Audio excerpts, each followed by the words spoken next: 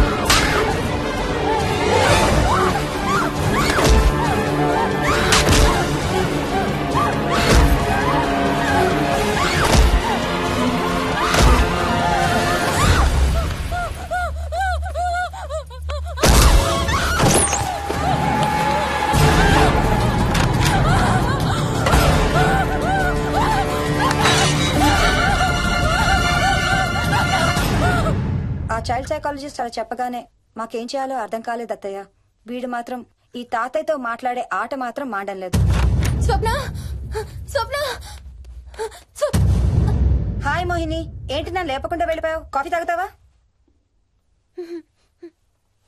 మా అత్తగారు ఎప్పుడు తీర్థయాత్రల్లో ఉంటారు, అప్పుడప్పుడు మా దగ్గర ఉంటారు.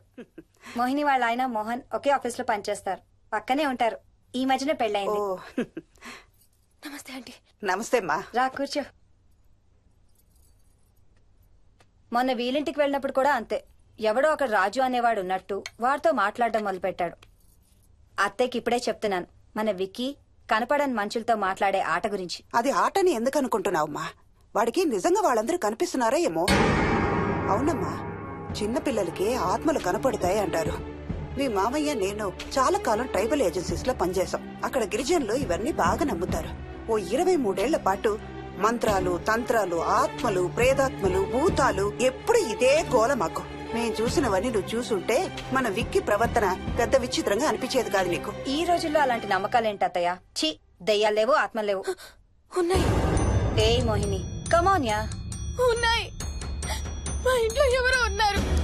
ఎవరున్నారు? ఎవరు ఉన్నారు? నా చుట్టు పట్టుకుని లాగి కోళ్ళకేసి ఎవరు మోహిని? ఏమో తెలీదు, నాకు కనిపించలేదు. Relax Mohini, relax. బాగా భయపడినట్టుంది అత్తయ్య.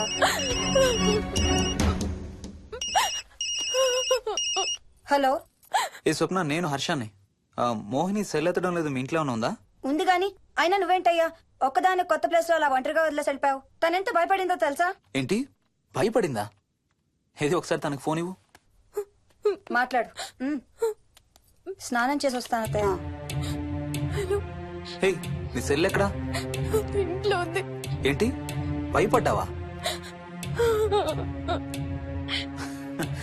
పొద్దున ఫోన్ చేసినప్పుడు చెప్పలేదే? చూడు, రాత్రులు మేలుకొని హారర్ సినిమాలు బాగా చూడు, భయం వేయదు. ఏయ్, ఇంటికెళ్ళి సెల్ తెచ్చి నీ దగ్గర పెట్టుకో. మాటి మాటికి స్వప్నం చేస్తే బాగోదు. మళ్ళీ చేస్తాను. హర్ష, హర్ష.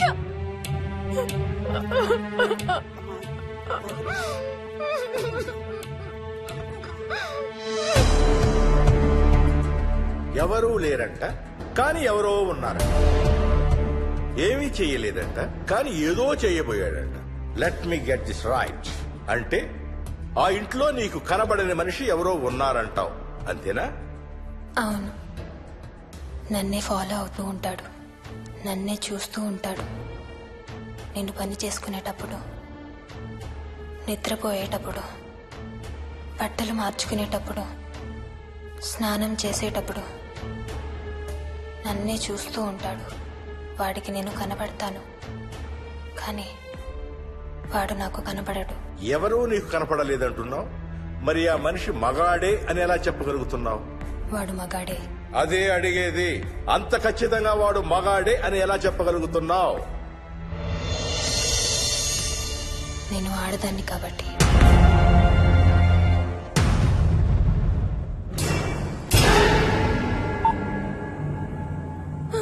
మోహిని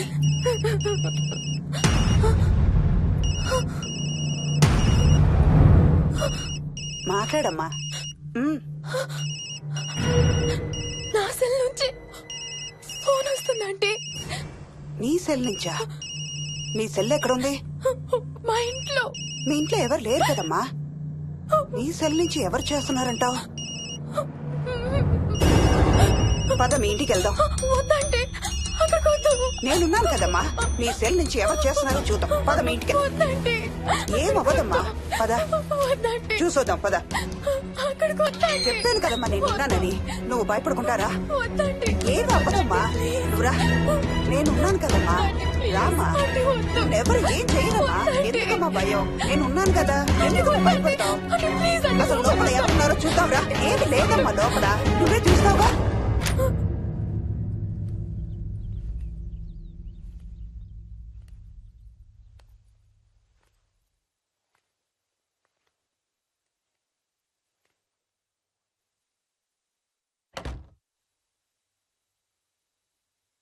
ఈ ఇంట్లో ఏదో ఉందమ్మా. నీ ఫోన్ తీసుకో.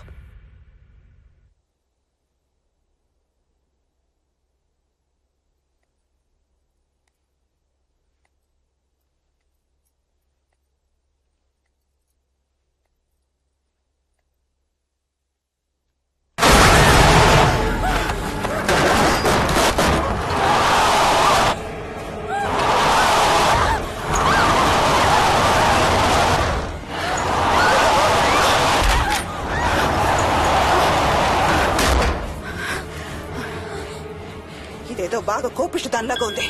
పదమ్మా దీని సంగతి చూద్దాం. స్వప్న. హలో. ఏయ్ మోహిని, ఏంటి మీ ఇద్దరు మీ ఇంటికి వెళ్ళారా? అత్తయ్య గారికి ఒకసారి ఫోన్ ఇవ్వు. అమ్మా. అత్తయ్య, విక్కీ స్కూల్ నుంచి ఫోన్ వచ్చింది. ఇంటికి వెళ్ళిపోతా అని గొడవ చేస్తున్నట్టు. అక్కడికి వెళ్ళి వెంటనే వచ్చేస్తాను. అలాగేమ్మా, పద.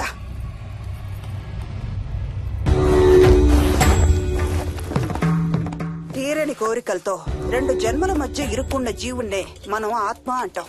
ఆత్మల్లో 2 రకాలు, మంచి చేసేవి, కీడు చేసేవి. కీడు చేసే వాటినే మనం దయ్యాలు, భూతాలు అంటాం.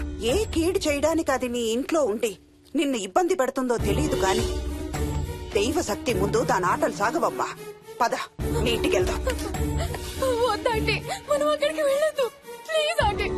చూడమ్మా, ఇప్పుడు కాని నీ భయం పోకపోతే ప్రతి చిన్న విషయానికి నువ్వు జీవితాంతం భయపడుతూనే ఉంటావు. మోహిని, నాకేం చెయ్యాలో ఎలా చెయ్యాలో బాగా తెలుసు. చెప్పాను కదమ్మా, మీ అంకుల్ నేను ఇలాంటివి చాలా చూసామని.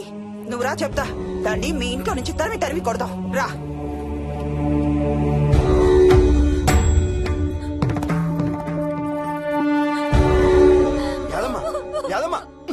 ఏమైంది యాదమ్మా? నేను ఆ ఇంటికి ఇంకెప్పుడు వెళ్ళనయ్యా.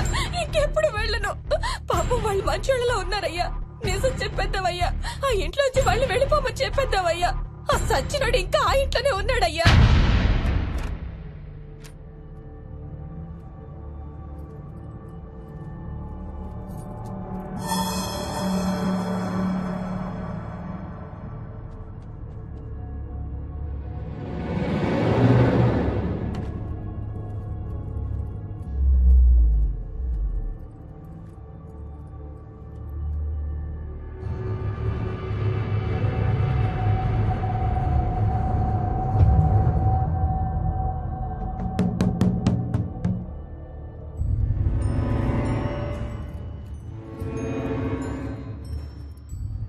ఇంట్లో తులసి చెట్టు ఉందమ్మా.